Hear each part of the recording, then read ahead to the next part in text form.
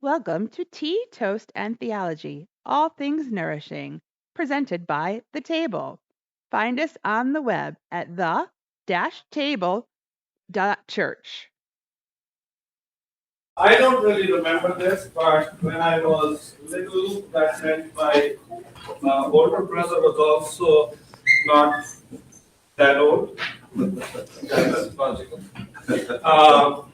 And I'm told that when he first learned some swear words, he was very excited.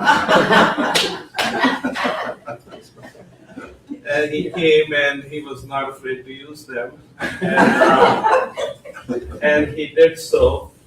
And my mother heard that. And she said in anger, "Where did you learn these words?" And he very excitedly said, "Do you want to learn too?"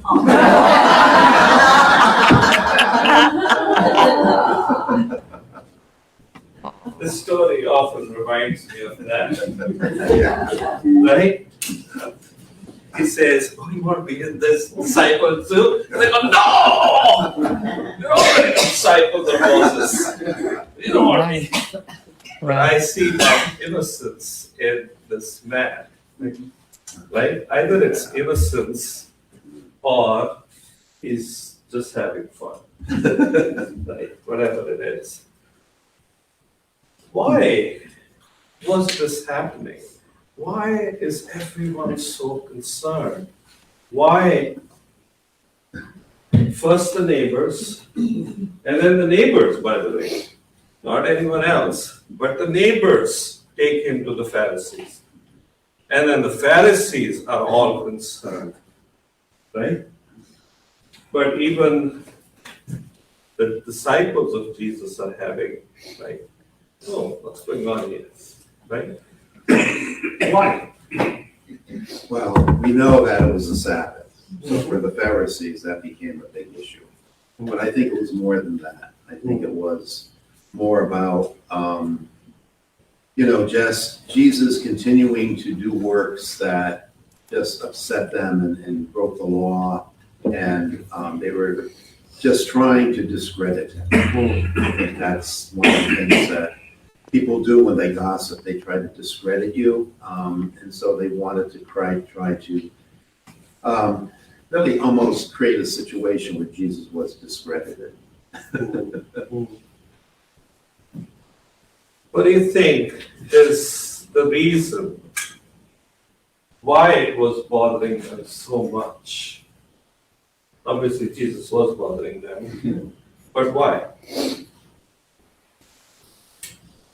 I think if you go back to the same chapter, it's during the Feast of Tabernacles that this event occurred, and the priest would take the water from the pool of Siloam and put it on the altar to ask God to bless the harvest.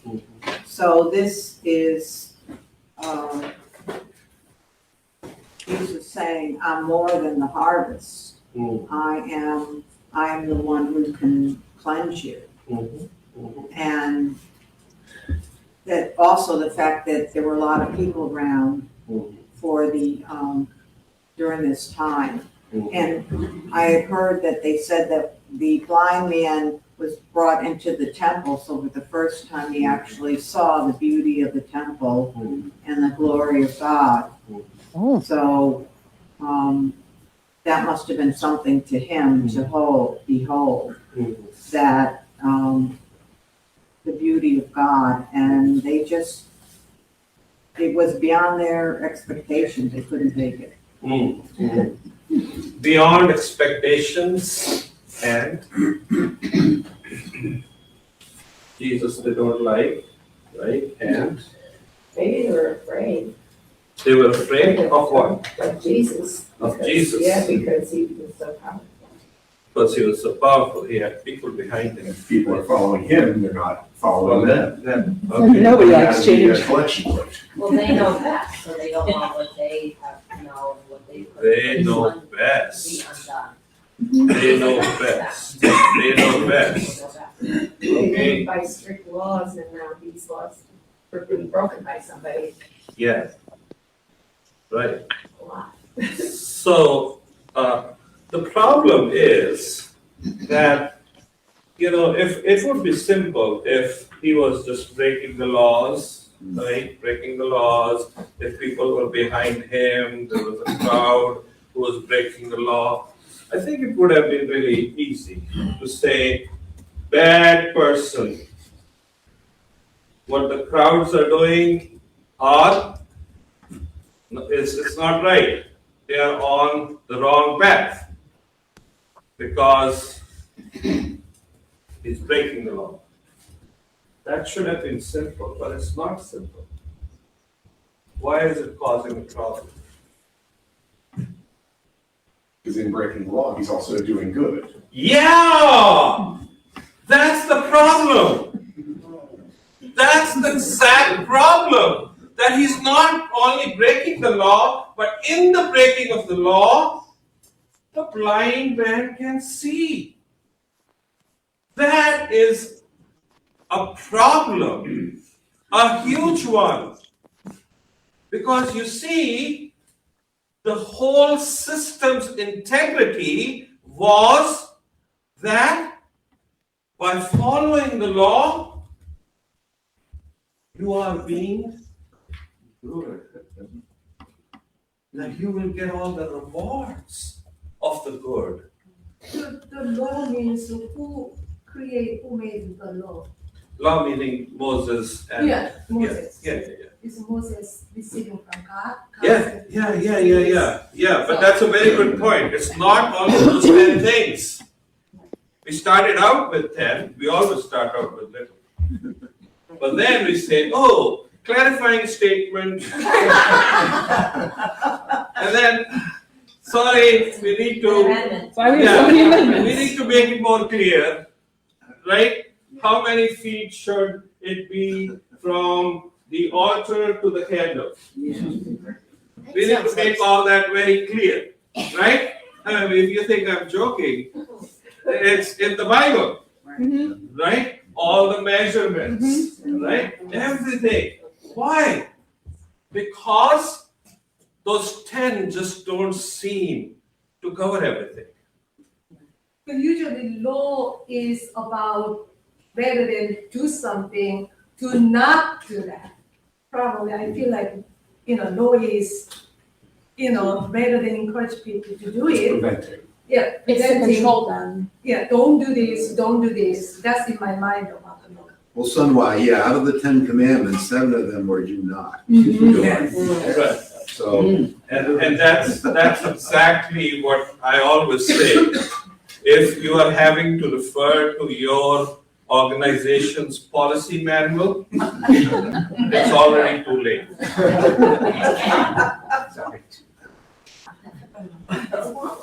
Yeah, it's already too late, right? Because if you feel you have to show somebody what the law is, that means you already have a problem. You don't tell someone who is doing all well, by the way, did you know there was this law? No, you don't tell them that. You tell them that when? Broke it. Yeah, when that law has been broken or there's a problem that you want to, right? It's already too late, right? And that's why, because most of these things are, don't do that, and if you do this, right? The problem is that Jesus is breaking all these laws and good is happening. He's breaking all these laws and good is happening, which means that the system that said this produces good is now questionable. And anyone following that system should be rightfully upset. And why are crowds following him? Because crowds don't care about laws. You know what they care about? result. Is it helping me or not? And that whole dialogue is, Pharisees want to know. And he says, look, I don't know who he is. All I know is, I was blind and now I see. I could care less about your laws. I have, it doesn't serve me. What has served me is, I don't care even if he is a Messiah or not. Right? That's for you guys to have, nice intellectual conversations amongst yourselves. Right? For me, there's a bald eagle there. Yeah, it's been flying around, where is it? Is that Beautiful. That was a weird sentence. Can't see.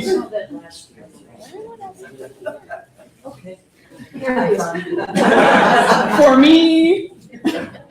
So, We can see it. Jesus probably said that too, but Yeah. they didn't record it. Yes. There's only so much room in the Bible. and now this tension is there, right? In which the man is saying, I don't care about all this. All I care about is the results. My friends, he also says, Jesus, that while I'm here, I'm the light. There will be darkness. And then Paul turns around and says, you are the children of light, and light behave like one. Right? He is the light, you're the children of light. Now do what Jesus was doing. Right? Now Jen is like, oh, okay, I can break every law then. Right? Right? But here's the thing. Yes. For as long as it brings life and healing into people's lives. And so the problem with systems is, and by the way, we all believe in systems. Without believing in systems, we don't function. Right? And it's important. For instance, you came here today. If you decided that it would be more beneficial to drive on the other side of the road, you'll be not only breaking the law, you wouldn't be here. Right? So systems do help us to get somewhere. Right? Systems are good, provided they are helping us to achieve the goal. And that is why in Christian faith, especially Paul, others too, lay so much emphasis on the fruit, the end result. All these exercises are awesome, but if they're not producing any fruit, guess what? There's no point to them. If the blind are not receiving their healing, if death and misery and all the darkness is not being lifted up, then think again. Are you truly being the children of light? Are you truly being the children of light? Is light really shining in the world through you? Or are you trying to buy yourself an insurance policy to heaven through religion? Because if that's the case, guess what? That insurance policy is null and void. Right? Because it doesn't get you anywhere.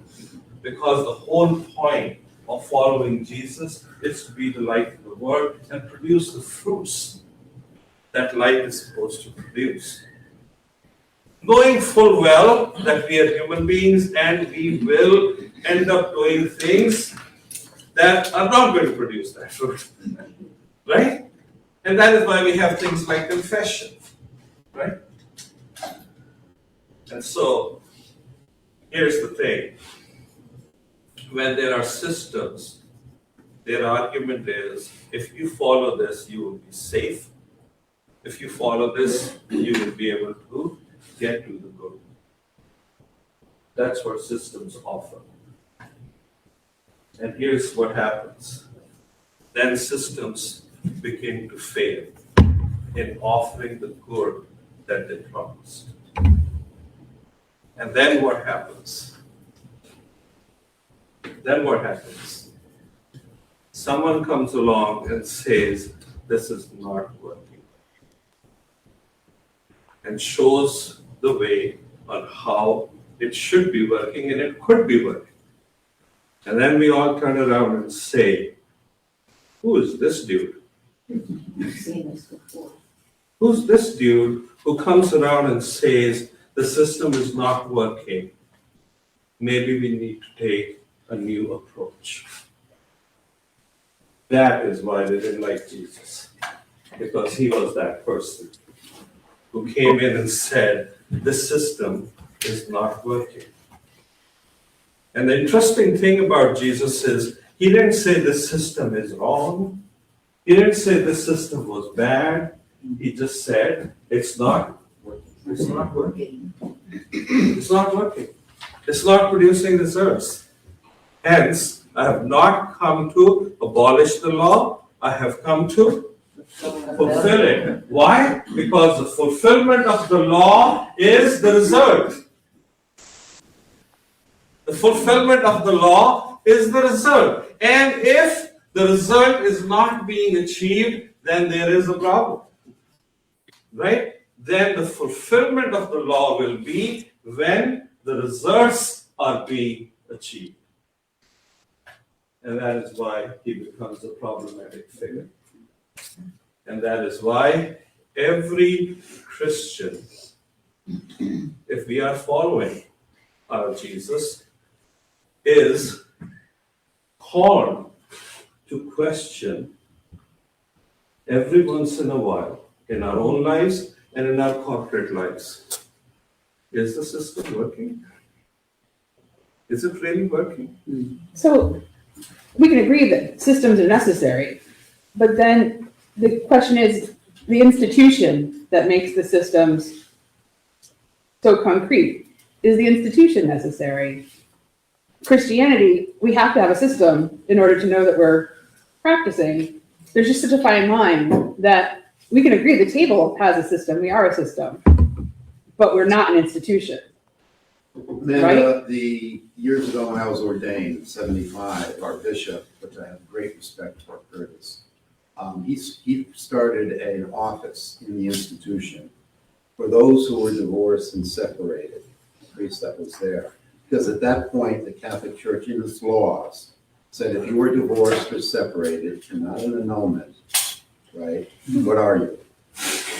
What was the Catholic? What do you think the church said? Yes, exactly. You are no longer a member of this. Yeah. No, let me just finish. All right, so the institution did make a change in the system.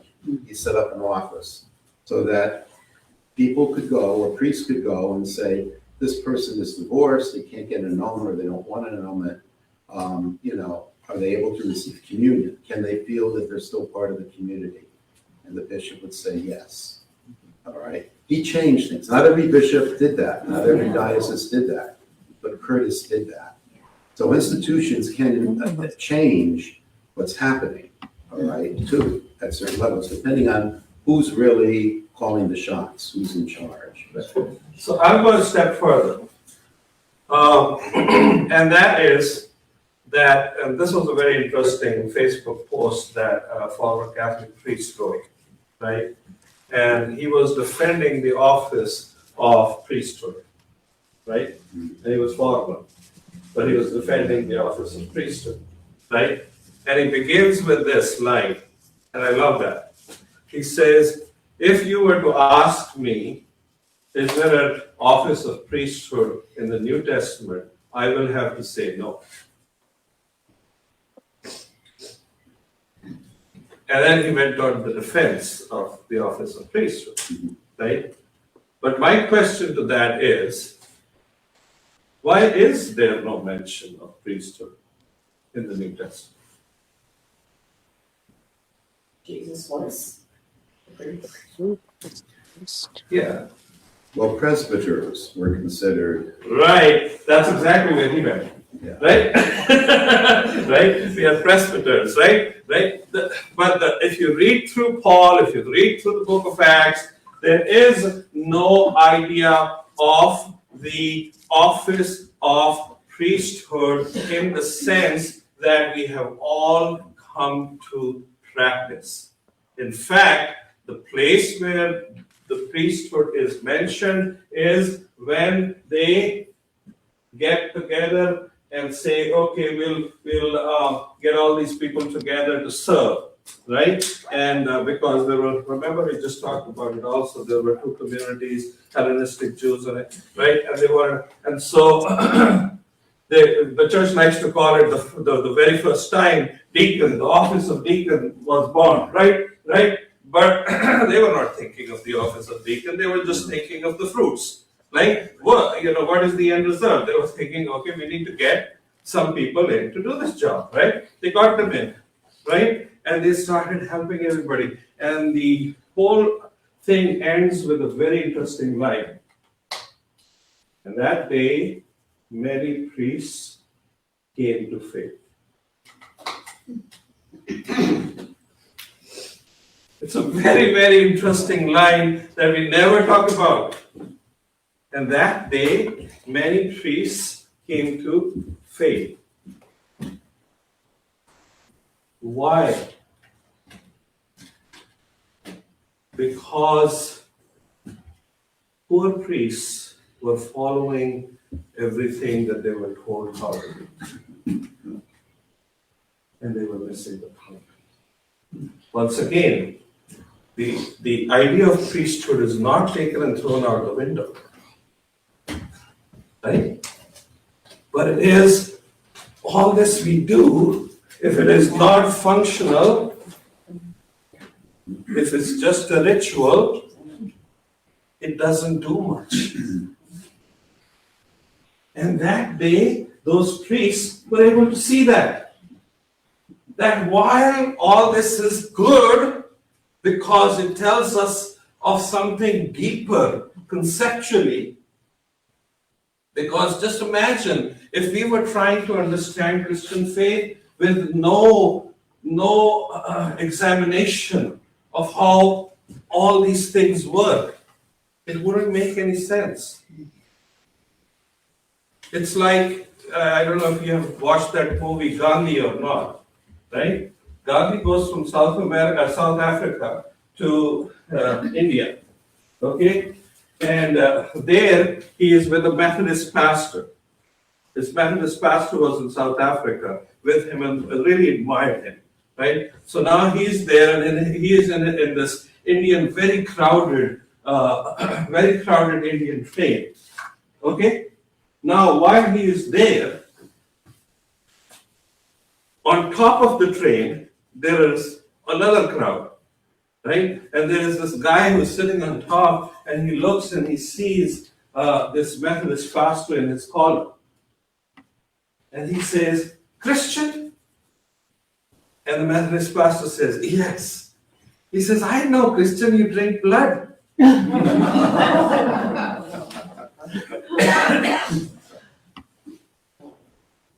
Imagine that line in the context of the British ruling and shedding blood of the Indians. Right?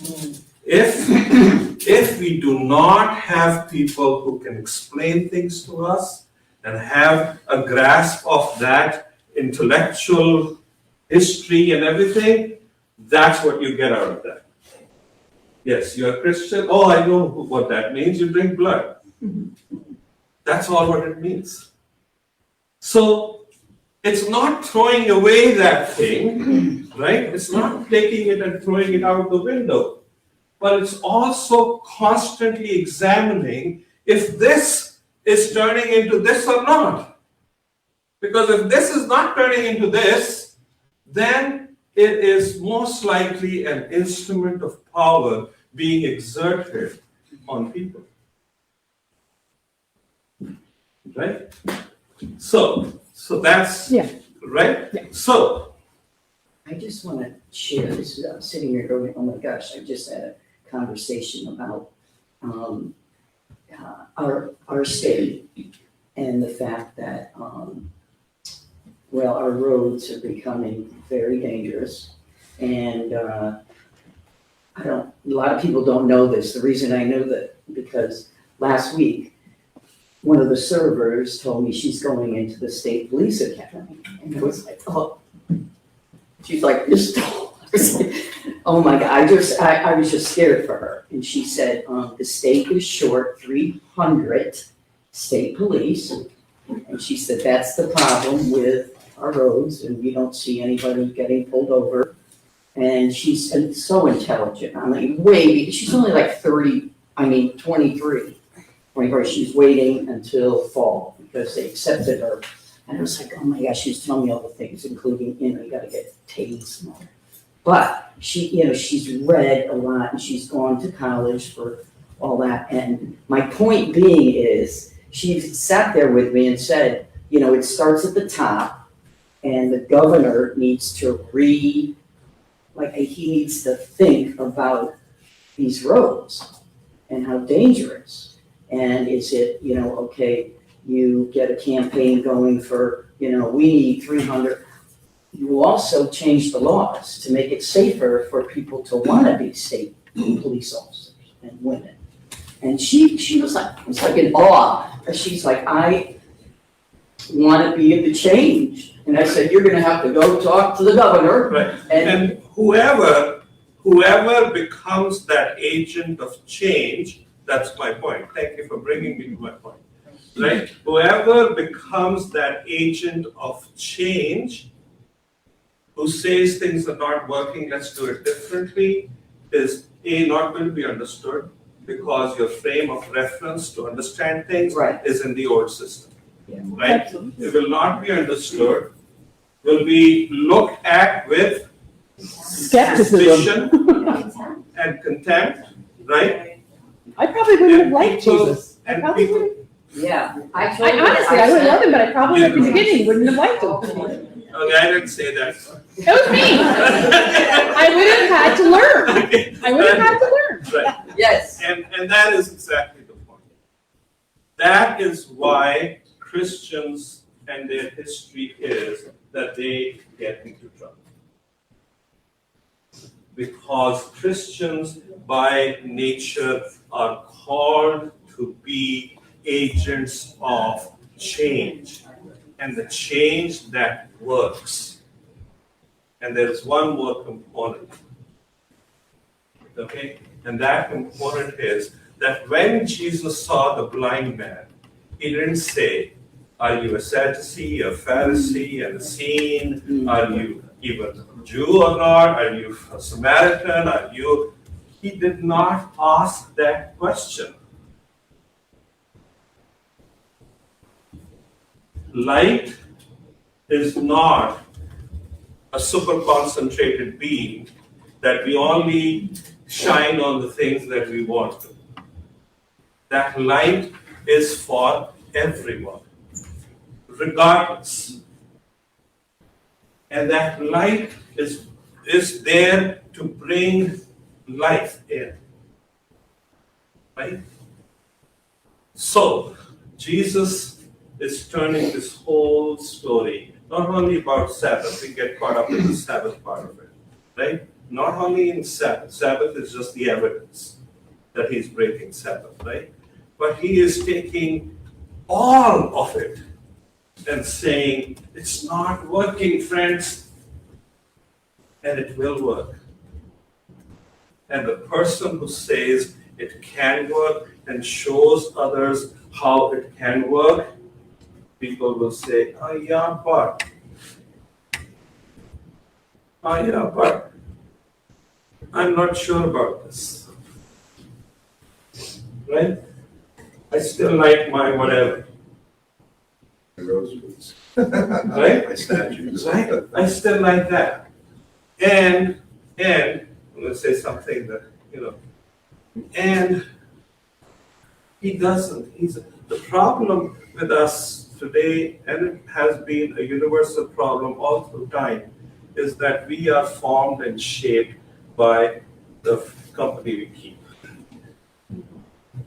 Right? And it's, where's the feather, right? Okay, so the issue is, how do we show boldness in that? Again, I'm going to emphasize, not to go around saying wrong, wrong, wrong, wrong, wrong, wrong, wrong. That's not our point. By the way, I have come across many, many Christians who love to do that. Wrong, wrong, wrong, wrong, wrong, wrong, wrong, wrong. We know. Then you ask them, who's right? Right? I'm going to tell you what right is. Right? Because that's the whole exercise, right? That's the whole point of that, right? What Jesus is asking is not to throw things out, not to put a label on wrong, wrong, wrong, but to love people and produce the fruits of that love in the world. That's what Jesus is calling. And my friends, it's not going to be accepted. And it's not going to be easy to wrap our heads around it either. Because it's not something we can go back and look up in a manual or a dictionary. It's not been done before. Right? Can we say amen to that? Amen. Thank you for tuning in. Please like, comment, and subscribe.